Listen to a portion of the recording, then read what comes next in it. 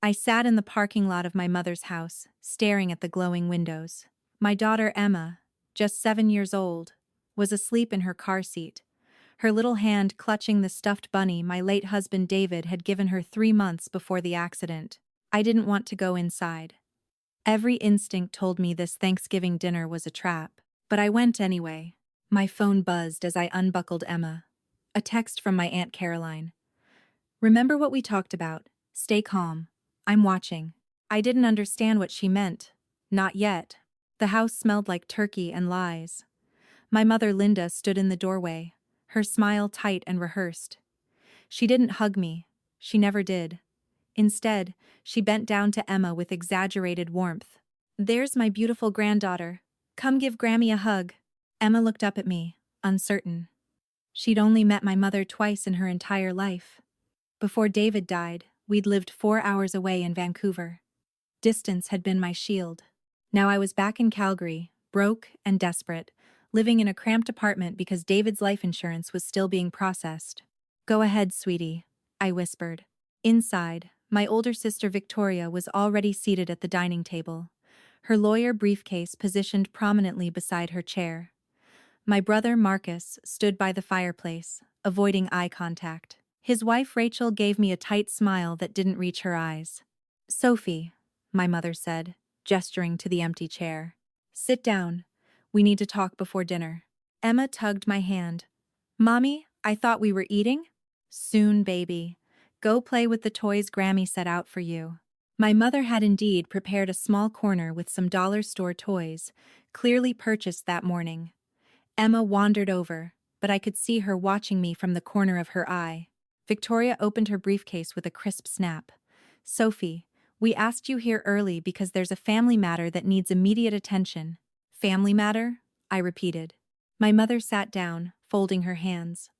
"Your father's estate. There are some complications. My father had died 2 years ago. I hadn't been invited to the funeral. Victoria had sent me a single text. Dad passed. Small ceremony. Family only." I'd cried alone in my bathroom while David held me. "I wasn't aware Dad left an estate," I said carefully. Marcus cleared his throat. "He left the house to Mom, obviously, but there was a small investment account. About $45,000. Victoria slid a document across the table. "We're splitting it 3 ways, 15,000 each. But there's an issue with your portion." I stared at the paper without touching it. "What issue?" "You owe the family money," my mother said flatly. "Do you remember your wedding?" "My wedding. 7 years ago. David and I had scraped together everything we could, but we'd still been short about $8,000. My mother had offered to help, and foolishly, desperately, I'd accepted. "You told me it was a gift," I said quietly. "I said we'd help. I never said gift." My mother's voice was ice. "You owe us $8,000, plus interest. 7 years of interest, Sophie. That's another 4,000. So, your 15,000 from Dad's account goes to paying us back, which leaves you with 3,000. The room spun. "You're joking." "We have it in writing," Victoria said, producing another document. "Your signature. I acknowledge receipt of funds for wedding expenses to be repaid." I remembered signing something. My mother had shoved it at me the morning of my wedding while I was getting my hair done, saying it was just a formality for her records. I'd been so stressed I'd barely read it. "That's not legal," I managed. Victoria smiled. "I'm a lawyer, Sophie. I know what's legal. But if you want to fight this, go ahead. Hire a lawyer with money you don't have, drag it through court for 2 years. Or you can sign here, take your 3,000, and we can all move on." Emma's voice piped up from the corner. "Mommy? Why are you crying?"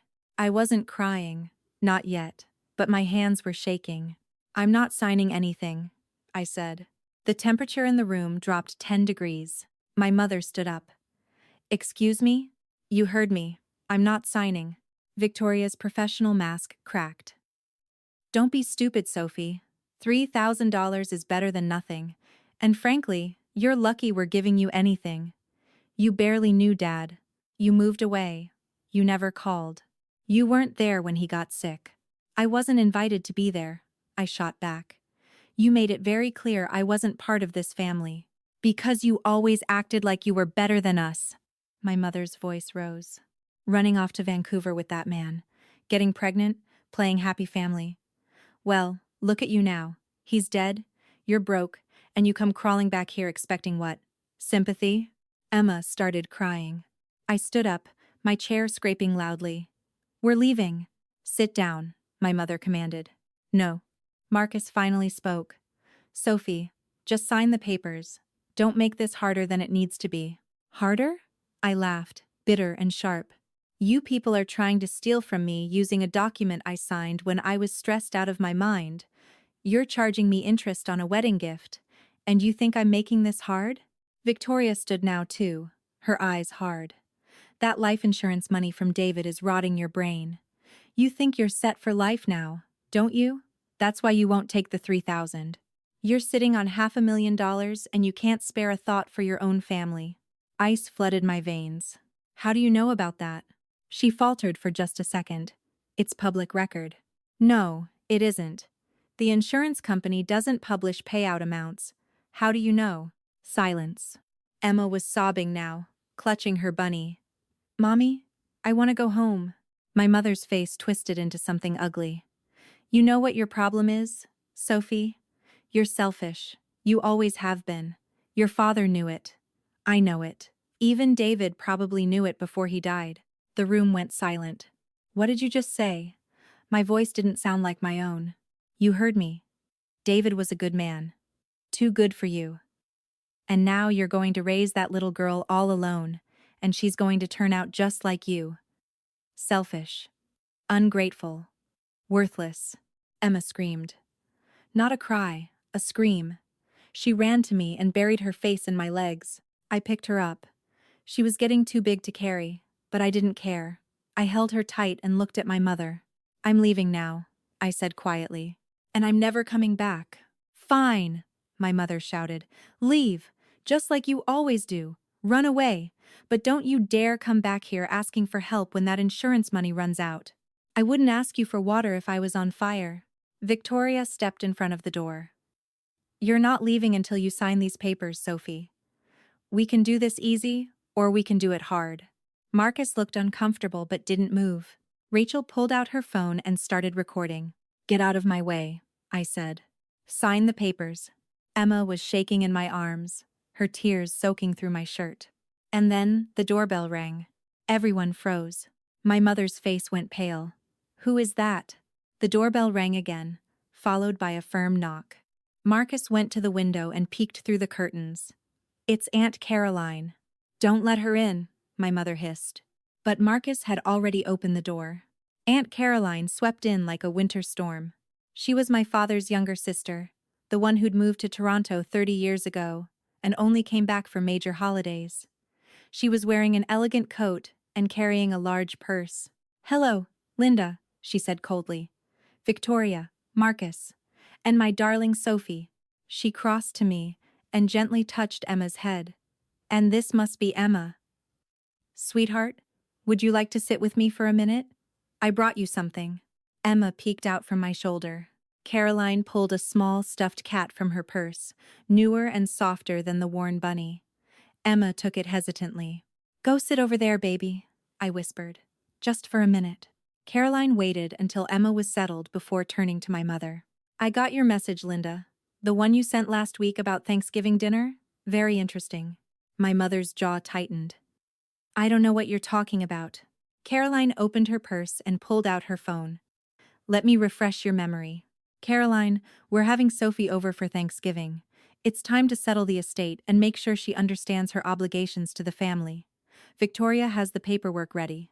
This is family business, so please don't interfere. She looked up. Ring any bells? Victoria's face went red. That was a private message. And yet here I am. Caroline smiled, but it was sharp as a knife. You see, when I got that message, I started wondering, what paperwork? What obligations? So I did some digging. She pulled out a folder from her purse. Let's start with the wedding loan. Sophie, did you know that your mother filed this as a business expense on her taxes? She claimed it as a loan to a family member for tax purposes, which means she was already profiting from it. Charging you interest on top of that is illegal double dipping. My mother's face went white. Caroline wasn't done. Then there's your father's estate. Marcus, did you know that the $45,000 investment account was actually in your father's and my name? Joint ownership. Which means Linda has no legal right to distribute it without my consent. Marcus looked like he'd been slapped. But here's my favorite part. Caroline pulled out another document. These emails. Do you want to tell Sophie? Or should I? Victoria found her voice. I don't know what you're talking about. No? Let me help. Caroline read from her phone. Email from Victoria to Linda, dated August 14th. Mom, I looked into David's life insurance policy. Standard payout for accidental death is $500,000. If we can get Sophie to sign over power of attorney for Emma's trust fund, we can access it for family medical expenses. I've drafted the papers. My blood turned to ice. Caroline continued. Email from Linda to Victoria, August 20th. Good work. Marcus is on board. We'll wait until Thanksgiving when she's desperate and emotional. She'll sign anything if we push hard enough. Make sure to bring up David's death. She'll be too upset to think clearly. The room erupted. Marcus was yelling at Victoria. You told me this was just about Dad's account. Victoria was yelling at my mother. You said she wouldn't find out. My mother was yelling at Caroline. Those are private emails. You had no right. Caroline's voice cut through the chaos like a blade. I had every right. Sophie forwarded me a strange email she got from your account in September, Linda. You were sloppy. You CC'd me by accident on a thread about Sophie's finances. After that, I had your passwords from the old family account we all used to share. Remember? The one you never bothered to change? She turned to me. I've been monitoring their emails since September, Sophie. Waiting to see how far they'd go. I wanted concrete proof before I stepped in. I'm sorry I let you walk into this, but I needed you to see their true faces. Emma was crying again, confused and scared by all the shouting. I couldn't breathe. You were planning to steal my daughter's money? Victoria's lawyer mask shattered completely. It's not stealing. We're family. That money should be shared. Emma's 7 years old. That trust fund is for her education. She doesn't need $500,000 for education, my mother screamed. You're being selfish. Your father would be ashamed. My father? I laughed, and it sounded broken. My father, who never once told me he loved me? Who missed every single one of my birthdays after I turned 12. That father? Caroline's voice was gentle now. Sophie, you need to leave. Take Emma and go. I'll handle this. Handle what? I'm pressing charges. Attempted fraud. Conspiracy to commit theft. And I'm filing for a restraining order on your behalf. My mother lurched forward. You can't do that. We're family. No, I said quietly. We're not. I picked up Emma, grabbed her bunny and the new cat, and walked to the door. Victoria blocked me one more time. If you leave now, you're dead to us. You understand? Dead. We'll never speak to you again. I looked her right in the eyes. Promise? Her face went purple. Caroline opened the door for me. Go, sweetheart. I'll call you tomorrow. I walked out into the cold November air. Emma clung to my neck, still crying softly. Mommy? Are we going home? Yes, baby. We're going home. Are they bad people? I buckled her into her car seat, wiping her tears. They made bad choices, sweetie. And we don't have to be around people who make bad choices, even if they're family. But Grammy said, we're selfish. I knelt down so we were eye to eye. Emmy, listen to me. Taking care of yourself and protecting the people you love isn't selfish. It's brave. And you were so brave in there. I was scared. I know. I was scared too. But you didn't sign the papers. No, I didn't. Why? I thought about that. About the years of being the family scapegoat. The missed birthdays. The uninvited funeral. The casual cruelty. And finally, the plot to steal from my daughter. Because some things are more important than keeping the peace, I said. Your future is more important. Your safety is more important. Our happiness is more important.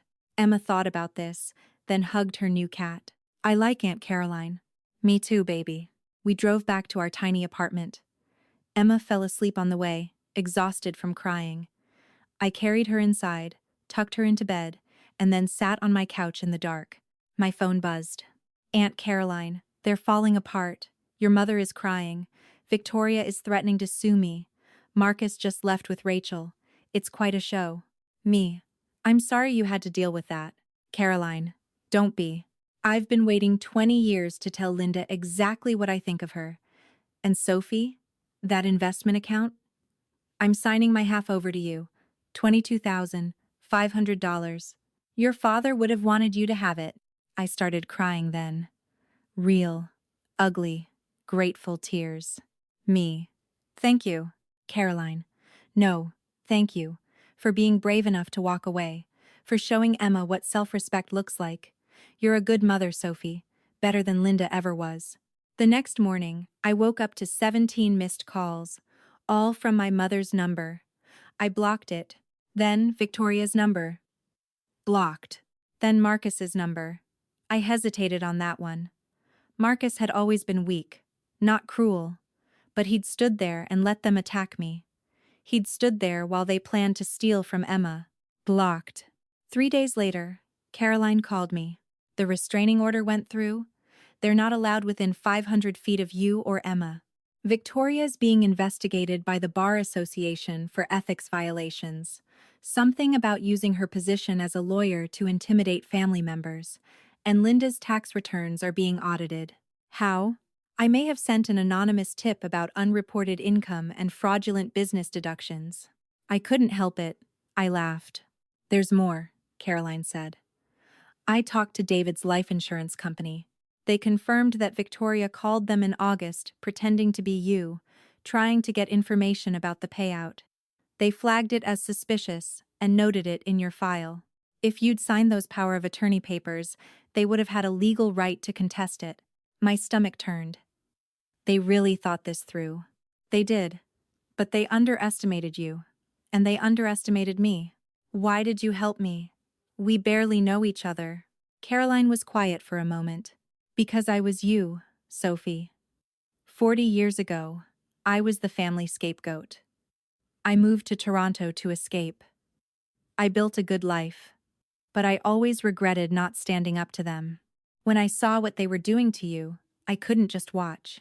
I'm glad you didn't. Me too, sweetheart.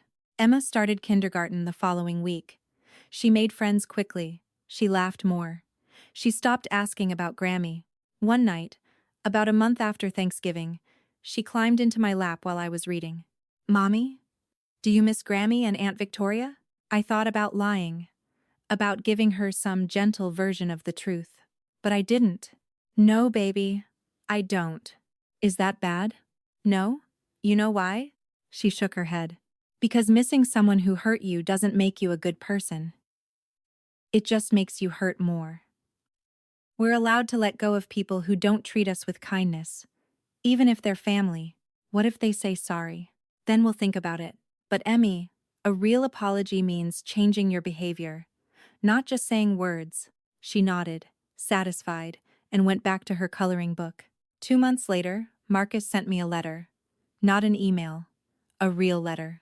Sophie, I'm sorry. You were right. About everything. I've left Rachel. I'm in therapy. I know I don't deserve your forgiveness, but I want you to know that I see now what I did. What I let them do. I was a coward. I'm trying to be better. If you ever want to talk, I'm here. But I understand if you don't. Love, Marcus. I put the letter in a drawer. Maybe someday I'd respond. Maybe I wouldn't. Either way, it was my choice. That was the gift Caroline had given me. The gift I was giving Emma. Choice. The insurance money came through in January. $500,000. I put $400,000 in a trust for Emma. $30,000 went to paying off debts. $20,000 went into savings. The rest I used to put a down payment on a small house. Nothing fancy. But it was ours. Emma got her own room. I painted it lavender. We planted a garden in the backyard. Caroline came to visit and helped Emma pick out flowers. One afternoon in May, Emma and I were planting tomatoes when she asked, "Mommy, are we rich now?" "No, baby. We're comfortable. There's a difference." "What's the difference?" "Rich means having more money than you need. Comfortable means having enough to be safe and happy." "We have enough." She nodded, digging in the dirt. "Aunt Caroline says Daddy would be proud of you." My throat tightened. "What do you think?" Emma looked up at me with those serious 7-year-old eyes. "I think Daddy would be proud of both of us." "Yeah, baby, I think so too." That night, after Emma was asleep, I sat on my back porch and thought about the past 6 months, about the Thanksgiving dinner that had changed everything, about the family I'd lost. Except I hadn't lost a family. I'd shed dead weight. I'd lost people who saw me as a resource to exploit, who saw my daughter as an ATM machine, who measured love in dollar signs and conditional approval. What I'd gained was harder to quantify. Peace, safety, self-respect, the knowledge that I could protect my daughter, that I could stand up for myself, that I didn't need anyone's permission to take up space in the world. My phone buzzed. A text from Caroline.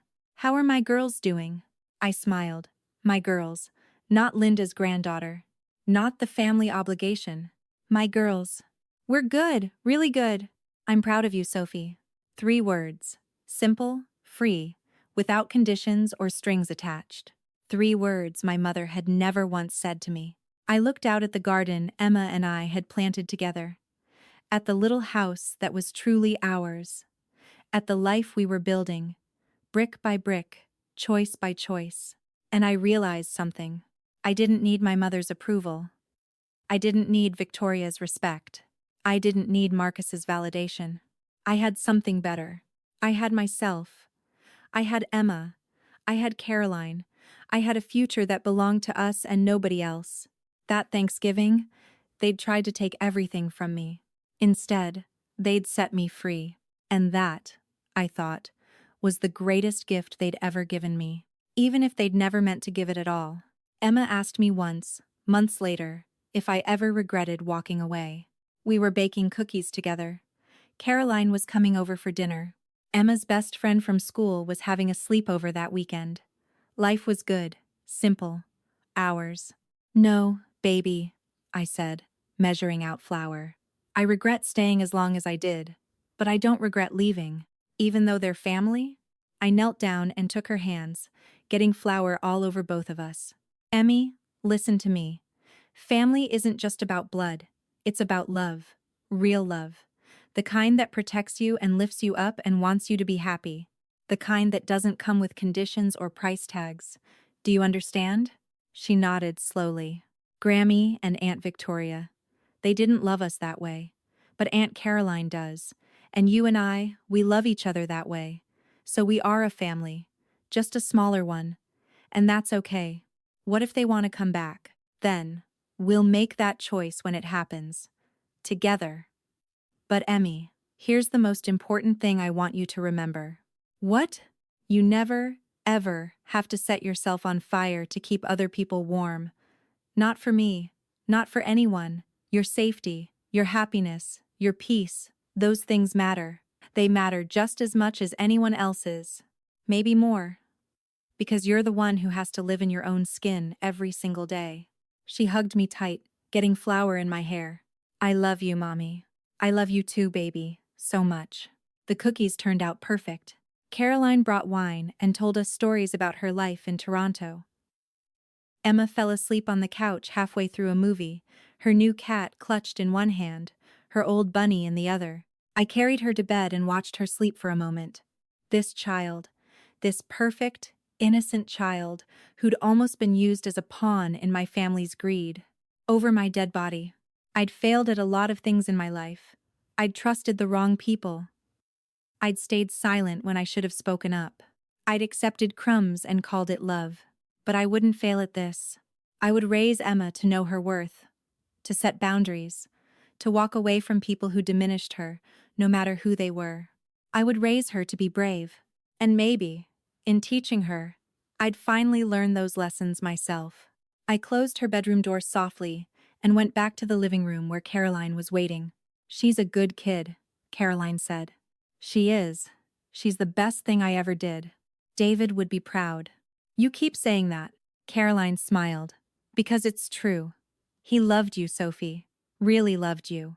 The kind of love that wants you to thrive, not just survive. He'd be so proud of how you protected Emma, how you protected yourself. I sat down next to her. Can I ask you something? Anything. Why did you really help me? The truth. Caroline set down her wine glass and looked at me for a long moment. Because when I was 23, I had a baby. A little girl. And my family? Your family. They convinced me I couldn't handle it. That I was too young. Too selfish. Too unprepared. They pressured me into giving her up for adoption. I couldn't breathe. For years, I told myself they were right. That I'd made the right choice. But deep down, I knew the truth. They'd stolen that choice from me. They'd made me believe I wasn't good enough to be a mother. And I've regretted it every single day since. Tears were streaming down her face now. When I saw them trying to do the same thing to you, trying to make you doubt yourself, trying to take from you and Emma, I couldn't stand by. I couldn't let them steal from you the way they stole from me. I grabbed her hand. I'm so sorry. Don't be. I made my peace with it a long time ago. But Sophie, you need to understand something. You broke the cycle. You stood up to them. You protected your daughter. You did what I couldn't do. And that matters. It matters so much. We sat there together, two women, two generations, bound not by blood but by shared pain and hard-won strength. Thank you, I whispered. No, thank you, for being brave, for showing me it was possible. Later that night, after Caroline had gone home and the house was quiet, I stood in Emma's doorway one more time. My daughter, safe, loved, free from the poison that had infected generations of our family. The cycle ended here, with me, with her, with the choice to walk away. And I'd never regret it. Not for a single second. Because some things are worth more than blood, more than obligation, more than keeping the peace. Things like dignity and safety, and the fierce, protective love of a mother who'd finally learned to love herself too. I closed the door softly and went to bed. Tomorrow, Emma and I were planting roses, and they would bloom.